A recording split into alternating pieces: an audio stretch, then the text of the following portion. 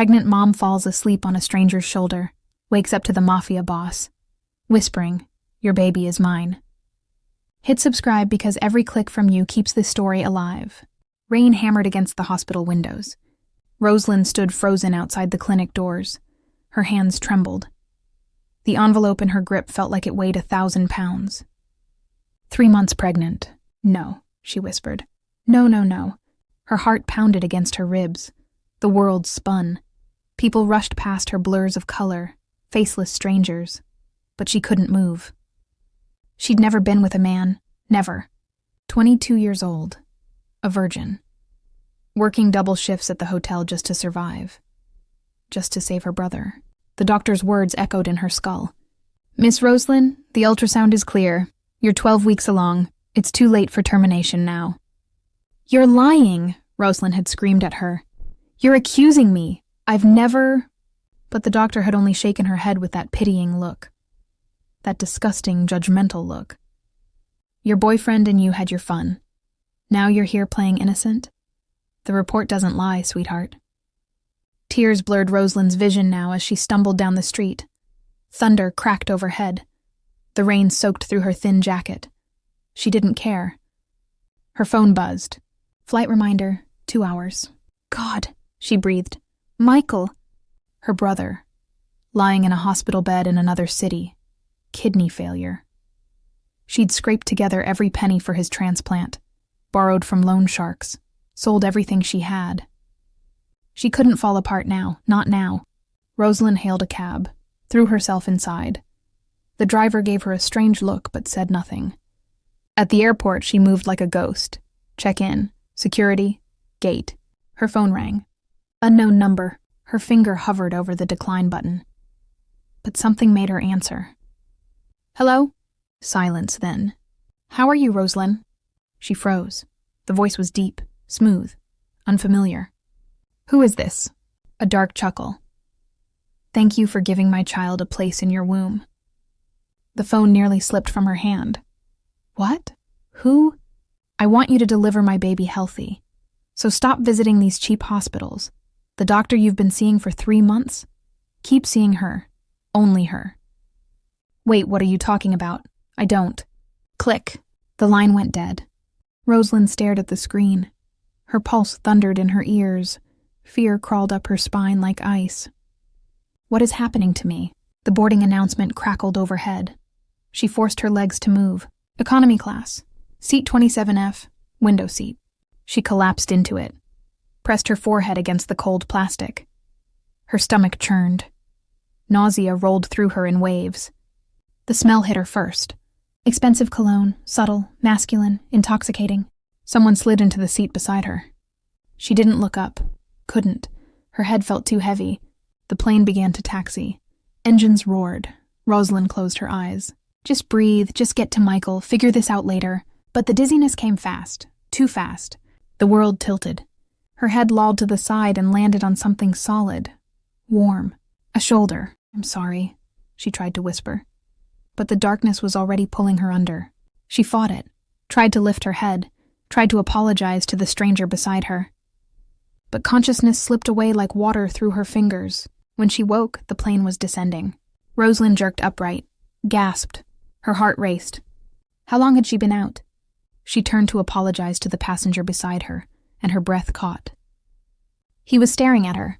Dark eyes, sharp jawline, perfectly styled hair, a face that belonged on magazine covers. But it was the expression that stopped her cold. He was smiling, but it wasn't kind. "Feel better?" His voice was silk over steel. "I'm sorry, I didn't mean to." "Don't apologize." Before she could move, his hand closed around hers. Warm, firm, possessive. Rosalind's eyes widened. She tried to pull away, but his grip tightened. "Who are you?" she breathed. The plane touched down. Passengers began to stir. But he didn't let go. He leaned closer. Close enough that she could see the flecks of gold in his dark eyes. Close enough to smell that cologne again. Rich, dangerous. "My name is Walter James," he said quietly. "I'm the father of your child." Her blood turned to ice, and now, he continued, his thumb brushing across her knuckles, "You're coming with me." The world stopped. Rosalind's heart thundered against her ribs. She opened her mouth to scream. But his other hand was already at her back, guiding her to stand. "Don't make a scene," Walter murmured in her ear. "You wouldn't want to upset the baby." Tears pricked her eyes, terror, confusion, rage. This can't be happening! But as he led her off the plane, his hand never leaving hers, Rosalind realized something with horrible clarity. This was only the beginning. The parking garage was empty. Their footsteps echoed off concrete walls. Rosalind's legs felt like lead. Walter's hand remained locked around her wrist, not bruising, but inescapable. "Please," she whispered. "I don't understand. I've never even seen you before." He said nothing, just kept walking. A black car waited for them. Sleek, expensive, tinted windows. When he opened the passenger door, Rosalind finally found her voice. "No." She yanked her arm back. "I'm not getting in that car. I don't know you. I don't know what sick game this is, but—" "Rosalind," his voice was calm, too calm. "Get in the car." "No, I have to get to my brother. He's sick. He's waiting for me." Walter moved faster than she could react. One moment she was backing away. The next, his hands were on her shoulders, guiding her into the seat. "Your brother is fine," he said softly. "I promise you that." Before she could respond, he shut the door, locked it. Rosalind's hands flew to the handle, but it wouldn't budge from the inside. Child locks. Panic surged through her. She pounded on the window. Walter slid into the driver's seat, started the engine. "Let me out!" she screamed. "Help someone!" "No one can hear you." He pulled out of the parking space smoothly. "The windows are soundproof." Tears streamed down her face. "Why are you doing this? You really don't remember, do you?" "Remember what? I've never met you." He glanced at her. Something flickered in his eyes, almost like regret. "You said your name is Walter James," Rosalind said, her voice shaking. "I've heard that name. You're a Mafia boss. Italy. The police are looking for you." A smile tugged at his lips. "Very good. Then why were you flying economy class? Why would someone like you?" "Because the police are stupid," Walter said simply. "They expect me to travel first class. Private jets, luxury. They'd never think to check a cheap flight full of ordinary people." The city blurred past the windows. Rosalind's mind raced. "Where are you taking me?" "Home." "This isn't—" "My home, where you'll be staying." "No." Her voice cracked. "No, please. I have to see my brother. He needs me. The transplant. Your brother is being taken care of. You don't understand. I borrowed money from dangerous people if I don't." "I said," Walter's voice dropped to ice, "he's being taken care of." Rosalind fell silent. The weight of his words settled over her like a shroud. They drove for another 20 minutes. The city gave way to sprawling estates, mansions behind iron gates. Finally, Walter turned into a long driveway. The house, no. The mansion rose before them like something from a dream. Or a nightmare. 3 stories, white stone, fountains, gardens. And standing at the entrance, arms crossed, was a woman. Beautiful, model-thin, designer clothes, cold eyes. Walter parked, got out, opened Rosalind's door. She didn't move. "Come," he said gently. "Meet my wife." The world tilted again. Rosalind felt bile rise in her throat. "Your wife?" He pulled her to her feet, led her toward the woman. "Honey," Walter said, "this is Rosalind, the surrogate." The woman's lips curved into a smile that didn't reach her eyes. "Welcome," she said. "I'm Vivian, Walter's wife." Rosalind's legs nearly gave out. "This is insane." Vivian's smile widened. "You're going to be such a perfect mother for our child." "I'm not pregnant with your child, I've never." "Oh, but you are." Vivian stepped closer. 3 months along. "Didn't the doctor tell you?" "She's lying. I don't know how this is possible, but—" "Do you remember?" Vivian interrupted. "Visiting a clinic 3 months ago? For a small ovarian cyst?" Rosalind's heart stopped. She did remember. The pain.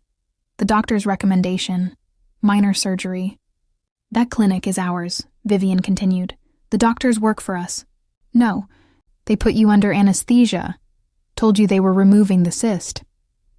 Vivian's eyes gleamed.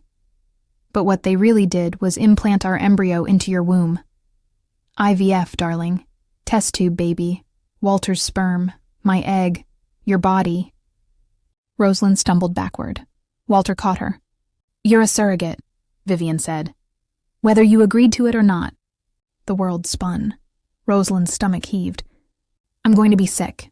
Not on the marble, Vivian snapped. 2 servants appeared. They grabbed Rosalind's arms. Take her to her room, Vivian ordered, and make sure she eats. The baby needs nutrition. No, please. But they were already dragging her inside. Through marble halls, past crystal chandeliers, up a grand staircase.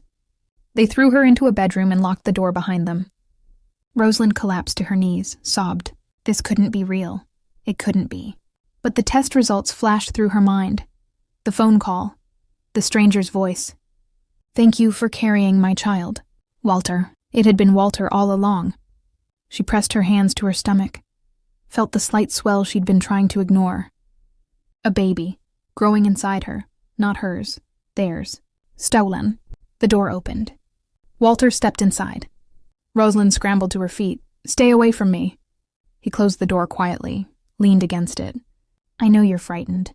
Frightened? You drugged me. You planted something inside me without my consent. That's rape. It's done. His voice was soft but final, and it can't be undone. I'll go to the police. I own the police in this city. Then I'll run. Where? He tilted his head. Your brother needs money for his transplant. Medications, care. The loan sharks are circling. Without my help, he dies. Rosalind's breath hitched. You bastard. Yes. Walter's expression didn't change. I am. Why me? Why did you do this? Because Vivian didn't want to carry a child. And I wanted an heir. So you just took my body? Used me like an incubator? Yes. The blunt honesty shattered something inside her. I hate you, Rosalind whispered. I know. I'll never forgive you. I'm not asking for forgiveness. Walter pushed off the door, walked toward her. I'm offering you a deal. She pressed herself against the wall. What deal? Carry my child to term, deliver it healthy, and I'll pay for your brother's transplant, all his medical bills, the loan sharks, everything. Rosalind's eyes widened. You'd do that? I'm a man of my word. He stopped a foot away from her. Even if I'm a monster. Tears spilled down her cheeks. I don't have a choice, do I? No. His dark eyes bore into hers. You don't. She wanted to scream, to fight, to claw his eyes out. But Michael's face flashed through her mind. Pale. Dying. Rosalind closed her eyes. Fine. Fine? I'll do it. I'll carry your child. She opened her eyes and glared at him through tears. But the moment I give birth, I'm gone. And I never want to see you again. Walter's expression was unreadable. Agreed. He turned to leave. Walter? He paused. I mean it. I hate you. He looked back at her, and for just a moment something almost like pain crossed his face. I know, he said quietly. Then he left. Rosalind sank to the floor and wept. 2 days. 2 days of silence, of staring at walls, of refusing every tray of food they brought. Rosalind sat by the window, watched the gardens below. Prisoners had better views than this. Her stomach growled, but she didn't care. Starve this thing out of me, starve them out. The door burst open. Vivian stormed in, eyes blazing. You stupid girl. Rosalind didn't even turn around. Do you have any idea what you're doing? Vivian grabbed her arm, yanked her to her feet. You're killing my baby. Good. The slap came fast, sharp. Rosalind's head snapped to the side. I'll beat you if I have to, Vivian hissed. I'll force feed you. Vivian. Walter stood in the doorway. His voice was quiet. Deadly quiet. Vivian froze. She won't eat. She's starving herself. Our baby. Leave. Walter. Now. Vivian's jaw tightened. But she released Rosalind and stormed out, slamming the door. Silence fell. Walter walked slowly into the room. Rosalind pressed her hand to her stinging cheek. I told you not to make trouble, he said. Then let me go. We had a deal. Deals made at gunpoint aren't deals. Rosalind's voice shook. My brother is dying. I don't even know if he's alive. You won't let me call him. You won't let me see him. For all I know, you're lying about helping him. Walter pulled out his phone, tapped the screen, held it out. A video played. Hospital room, white walls, beeping monitors. And Michael, her baby brother, asleep in a bed, pale but breathing. Rosalind's knees buckled. Walter caught her. He had the transplant yesterday, Walter said quietly. The surgery was successful. He's recovering. Yesterday? Tears flooded her eyes. Why didn't you tell me? I'm telling you now. She stared at the screen, at her brother's chest rising and falling. Can I talk to him? When he wakes, I promise. Rosalind looked up at Walter, really looked at him. There was no cruelty in his face, no triumph, just weariness. Why? She whispered. Why did you help him if you're keeping me prisoner? Because I keep my promises. Walter's hand was still on her arm, steady, warm. And because your brother doesn't deserve to die for my sins. Something shifted in her chest. She didn't understand it, didn't want to. I need to eat, she said quietly. I'll have food brought up. And I need to know this baby is okay. The words tasted like poison. If I'm doing this, I need to know I'm not hurting it. Walter's eyes softened just slightly. I'll call the doctor. He turned to go. Walter? He stopped. Thank you for Michael. He didn't look back. Don't thank me yet. The door closed behind him. Rosalind sank onto the bed, pressed her hands to her stomach. I'm sorry, little one. This isn't your fault. None of this is your fault. For the first time in 2 days, she let herself breathe. The days blurred together. Rosalind ate, slept, walked the gardens under watchful eyes, submitted to doctors' visits. The baby was healthy, growing, and she was trapped. But something was changing. Walter visited her every evening, always brief, always formal. Until one night, rain lashed the windows. Thunder rolled through the sky. Rosalind stood on her balcony, watching the storm.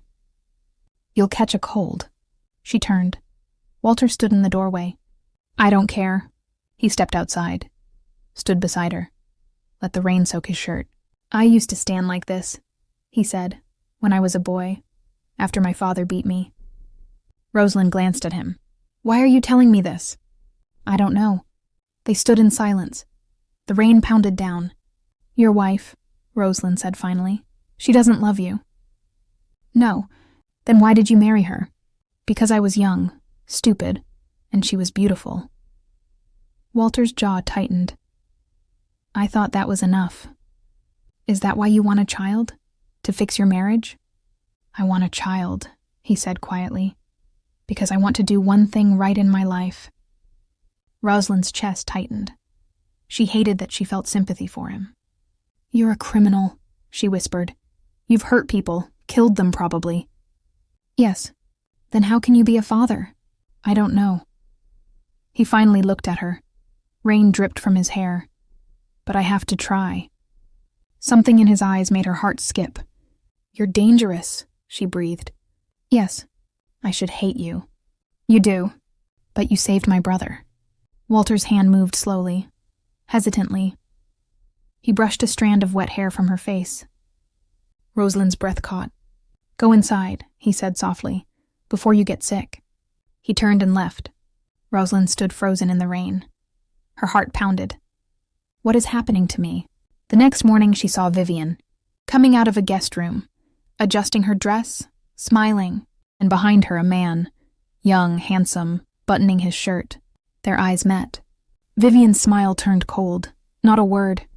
Rosalind said nothing, just watched as Vivian sauntered away, her lover following. So that's the truth. She felt sick, not for herself, but for Walter. Does he know? That evening, when Walter came to check on her, Rosalind couldn't stay silent. Your wife is cheating on you. Walter paused. I know. You know? I've known for months. Then why? Because right now, I need her. He leaned against the wall. This child, my heir, The properties, the money, the empire, it all transfers to the child. Not to her. The child. She's using you, and I'm using her.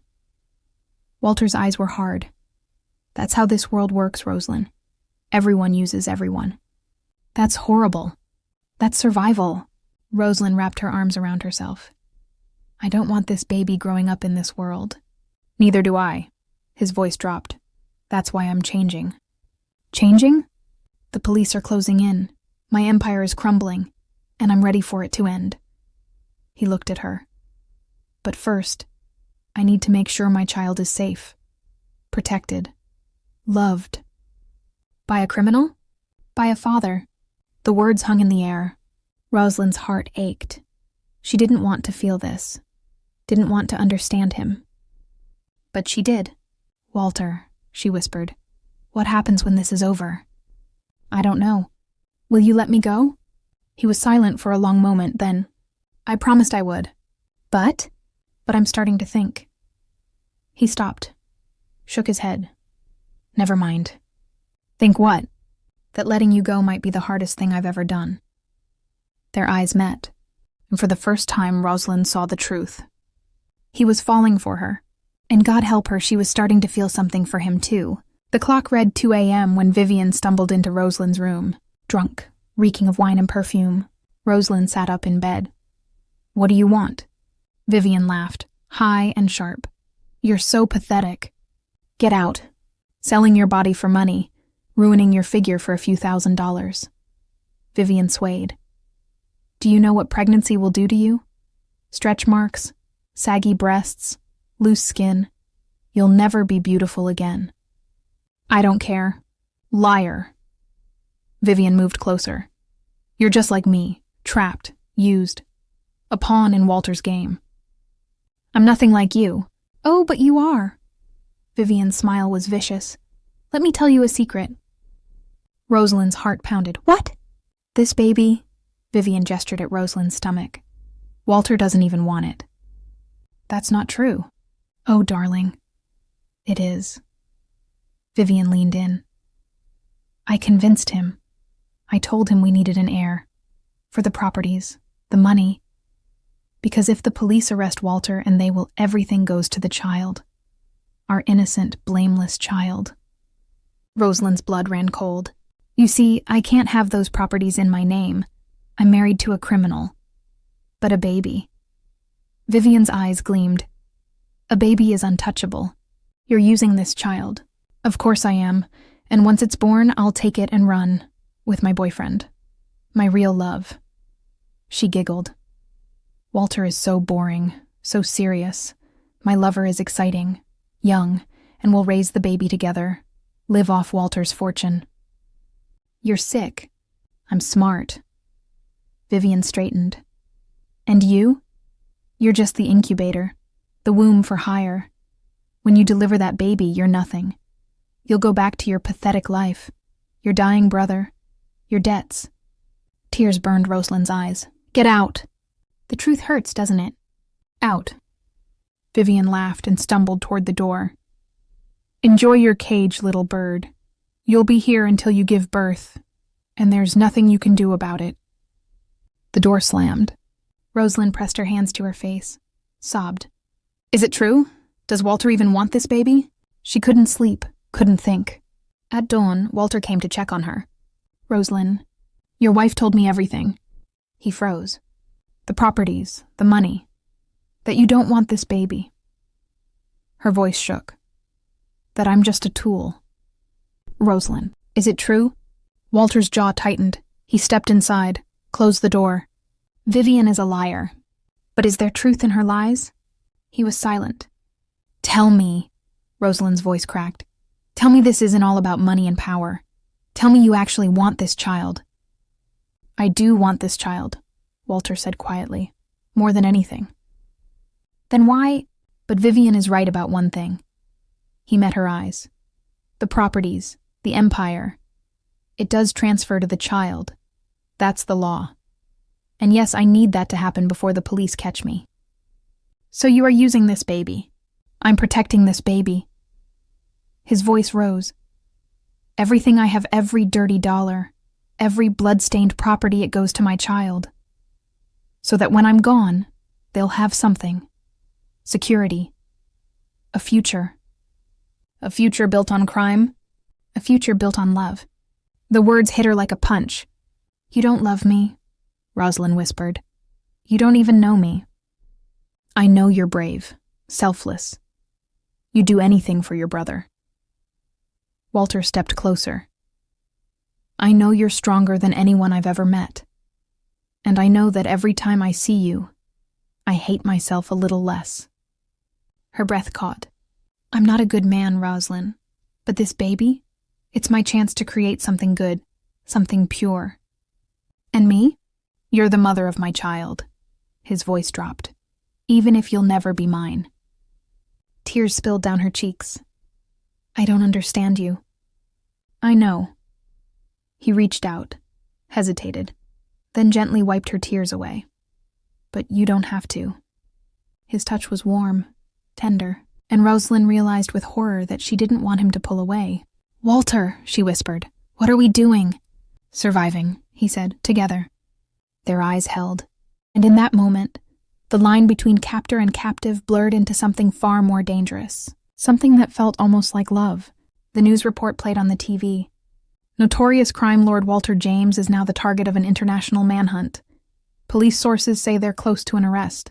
Rosalind watched from the window, saw the increased security, the tension in every guard's face. The walls were closing in, and Walter was running out of time. Her belly was showing now. 5 months the baby kicked. Rosalind pressed her hand to the movement. Tears stung her eyes. I should hate you, but I don't. I'm sorry. The door opened. Rosalind. She turned. Walter stood there, eyes dark with exhaustion. Let me talk to my brother, she said. Please, you promised. Your phone is on the nightstand. Her eyes widened. She grabbed it, dialed. Rosalind? Michael's voice was weak but alive. Oh my God! Sis, where are you? Are you okay? I'm fine. Tears streamed. How are you? The transplant? I'm alive because of you.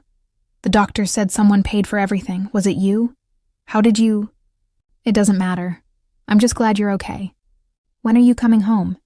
Rosalind glanced at Walter. He stood by the door, arms crossed, watching. Soon, she lied. Soon. I miss you. I miss you too. When she hung up, she couldn't stop crying.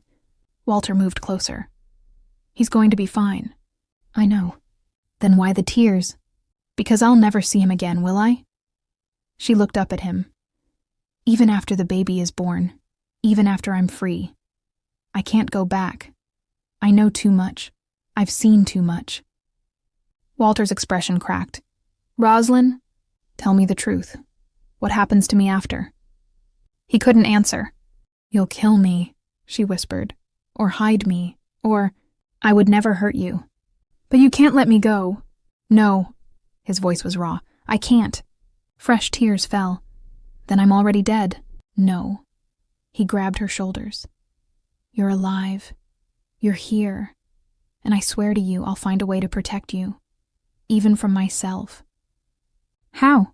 I don't know. His forehead pressed against hers. But I will. They stood like that, breathing each other in. Rosalind's heart ached. I hate that I don't hate you anymore. I hate that I'm falling in love with you.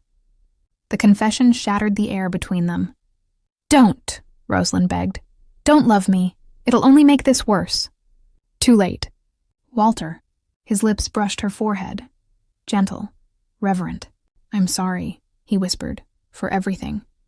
Then he pulled away and left. Rosalind sank to the floor, pressed her hands to her stomach.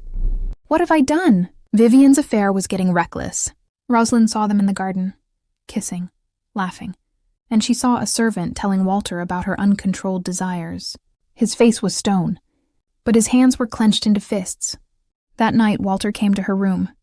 I know about my wife, he said without preamble. I'm sorry. Don't be. He poured himself a drink. Our marriage was dead long ago. Then why keep her around? Because divorce would complicate things. And right now, I need simplicity. He drank. But after the baby is born. What? She's planning to run. Take the child. Disappear with her lover. Rosalind's blood ran cold. You know, I've known for weeks. His smile was cold. Let her plan. Let her dream. When the time comes, I'll make sure she gets exactly what she deserves. Which is nothing. The word hung in the air like a death sentence. Rosalind shivered. You scare me. Good. Walter set down his glass. You should be scared.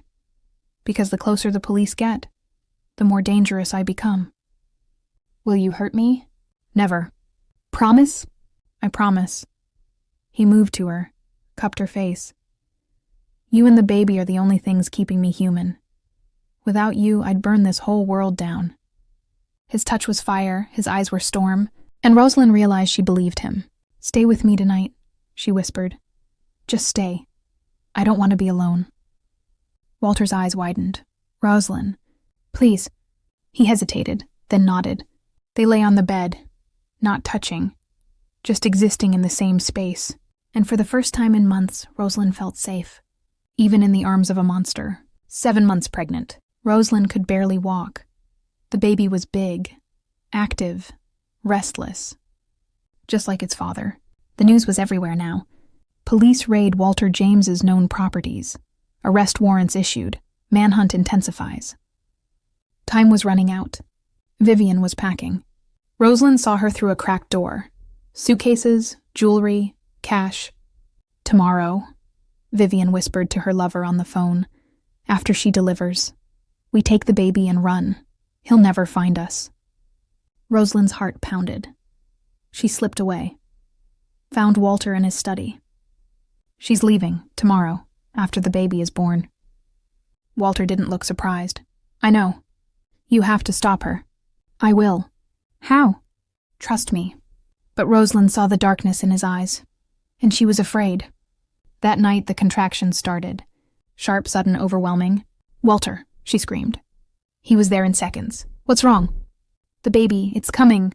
Chaos erupted. Doctors, nurses, equipment. Vivian appeared, eyes gleaming. Finally. The pain was unbearable. Hours blurred together. And then, a cry. Sharp, loud, beautiful. It's a boy, the doctor announced.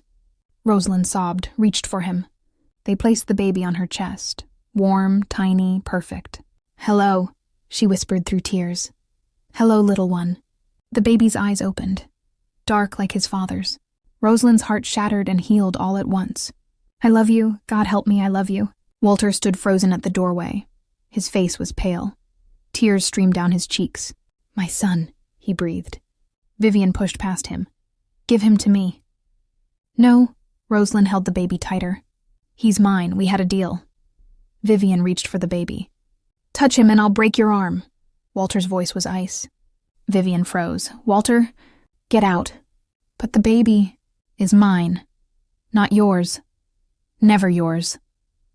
His eyes were black with rage. Did you really think I didn't know? That I'd let you steal my son and run off with your lover? Vivian's face went white. How? I've known everything from the beginning. Walter moved toward her slowly. Predator stalking prey. Every phone call, every meeting, every lie. Walter, please. Security, Walter's voice boomed. Guards appeared. Escort Mrs. James off the property. She's no longer welcome here. You can't do this, Vivian screamed. I'm your wife! Not for long. Walter's smile was cruel. Divorce papers will be served tomorrow. You get nothing. No money, no property, nothing. I'll go to the police. Go ahead. Tell them how you conspired to steal a child, how you committed fraud. I have recordings, Vivian. Evidence. You'll go to prison. Vivian's face crumpled. The guards grabbed her arms. I hate you! She screamed as they dragged her away. I hate you! The door slammed. Silence fell. Walter turned to Rosalind. His expression softened completely. May I? He gestured to the baby. Rosalind hesitated, then nodded. Walter took his son in his arms, gentle, reverent. Hello, he whispered. I'm your father, and I promise you I'll be better than mine ever was. The baby cooed. And Walter James, crime lord, killer, monster, broke down completely. "Thank you," he said to Rosalind, "for giving me this, for giving me him." Rosalind's heart ached. What happens now? Now? Walter looked at her. Now everything changes. 3 days later, Rosalind sat in the garden, holding the baby. The sun was warm. The flowers were blooming. She was still here, still in this mansion. But the locks were gone from her door. Walter appeared on the path, suit jacket slung over his shoulder, hair tousled by wind. He looked younger somehow, lighter. "I need to tell you something," he said. Rosalind's heart pounded. "What?" "I've been in contact with the authorities." "What?" "I'm turning myself in tomorrow." The world stopped. "No." "Yes." He sat beside her. "My empire is finished. The police have everything they need. Running would be pointless. But they'll arrest you, prison, maybe worse." "I know. Then why?" "Because I want my son to have a father he can be proud of." Walter's eyes were clear. Not a criminal, not a fugitive, a man who faced his consequences. Tears blurred Rosalind's vision. "You'll go to prison for years." "Yes." "And me?" "You're free." He pulled an envelope from his pocket. "Inside is everything. Bank accounts, properties, money for you and Michael. Enough to live comfortably for the rest of your lives. Walter, your brother's medical expenses are covered forever. The loan sharks have been paid off. You're safe." "I don't want your money." "Then what do you want?" "You." The word escaped before she could stop it. Walter's eyes widened. "I hate that I'm saying this," Rosalind whispered. "I hate that it's true.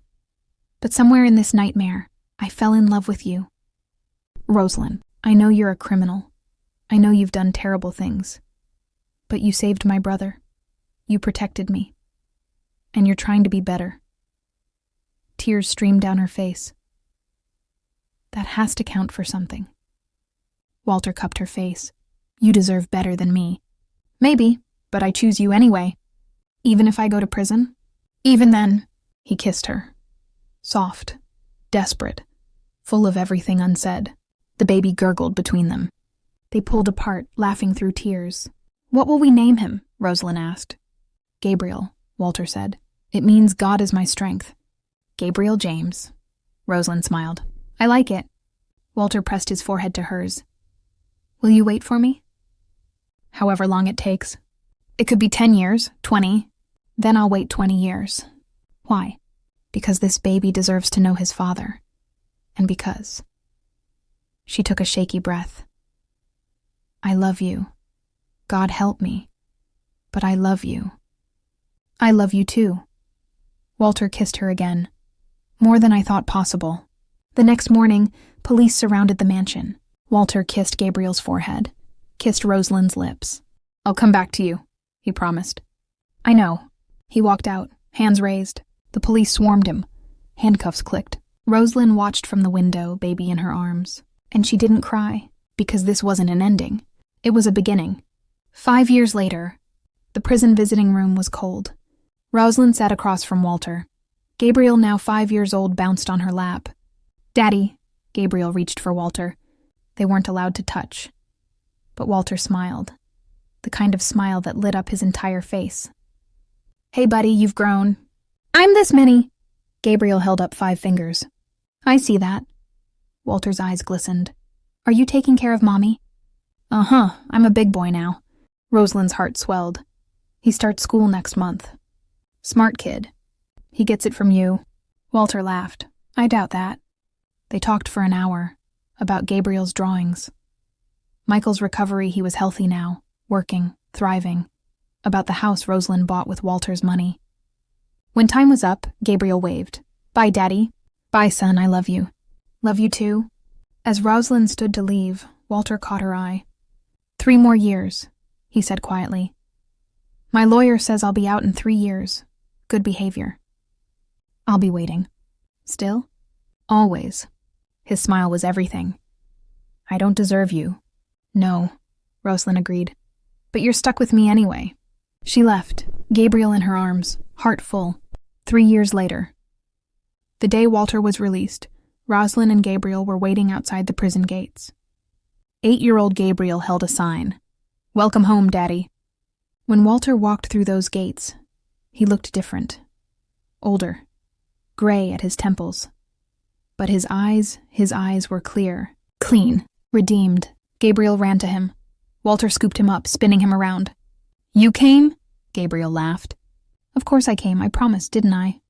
Rosalind approached slowly, nervous. 8 years since this all began. And now, "Hi," she whispered. "Hi," Walter breathed. They stared at each other. Two people forged in darkness, shaped by pain, bound by love. "I waited," Rosalind said. "I know." Walter set Gabriel down, moved to her. "I'm not the same man I was. Neither am I. I've spent 8 years becoming someone worthy of you, of him. And I think I'm finally there." Rosalind smiled through tears. Then "Welcome home." Walter pulled her into his arms, held her like she was oxygen. "I love you," he whispered. "I've loved you from the moment you fell asleep on my shoulder on that plane. I love you too, even though you're the most infuriating, complicated, impossible man I've ever met." "Is that a yes?" "A yes to what?" Walter pulled back, dropped to one knee. Gabriel gasped, "Daddy!" From his pocket, Walter produced a simple ring. Nothing flashy, just a single diamond. "Rosalind, will you marry me? Will you let me spend the rest of my life making up for the way we started?" Tears poured down her face. "You're serious?" "I've never been more serious about anything." "Yes," she laughed. "Yes, 1,000 times yes." He slipped the ring on her finger, stood, kissed her deeply. Gabriel cheered. "Does this mean we're a real family now?" Walter and Rosalind looked at each other. "We've always been a real family," Walter said. "Now it's just official." 1 year later, the wedding was small, intimate, just family and close friends. Michael walked Rosalind down the aisle, healthy, strong, alive. "Thank you," he whispered to Walter as he placed Rosalind's hand in his, "for saving my sister, and for saving me." Walter nodded. "Thank you for sharing her with me." Gabriel was the ring-bearer, beaming with pride. As Walter and Rosalind exchanged vows, the past felt like a distant dream. The kidnapping, the lies, the fear, all of it had led to this. "I promise to love you," Walter said, "in light and in shadow, in freedom and in chains, for as long as I live." "I promise to choose you," Rosalind whispered, "every single day, no matter what." They kissed. And in that moment, 2 broken souls became whole. 10 years later, Rosalind stood in the kitchen of their home. Sunlight streamed through windows. Music played softly. Gabriel, now 18, was at college, studying law, determined to help people the way his father never could in his old life. Footsteps behind her, arms wrapped around her waist. "Good morning, wife," Walter murmured against her neck. "Good morning, husband." He turned her around. Gray hair, laugh lines, but those dark eyes still intense, still full of love. "Do you ever regret it?" he asked. "All of this?" Rosalind thought about it. The fear, the captivity, the impossible choice. "No," she said honestly, "because it led to this, to us, to Gabriel, to our family. Even though I was a monster, you were never a monster." She cupped his face. "You were just a man in the dark, and I was the woman who chose to love you anyway." Walter kissed her, soft, sweet, full of gratitude. "I don't deserve you." "Stop saying that." "It's true." "Maybe." Rosalind smiled. "But I chose you, and I'd choose you again. Every single time." Outside, birds sang. The sun warmed the earth, and 2 souls once bound by shadows stood together in the light, free, whole, loved.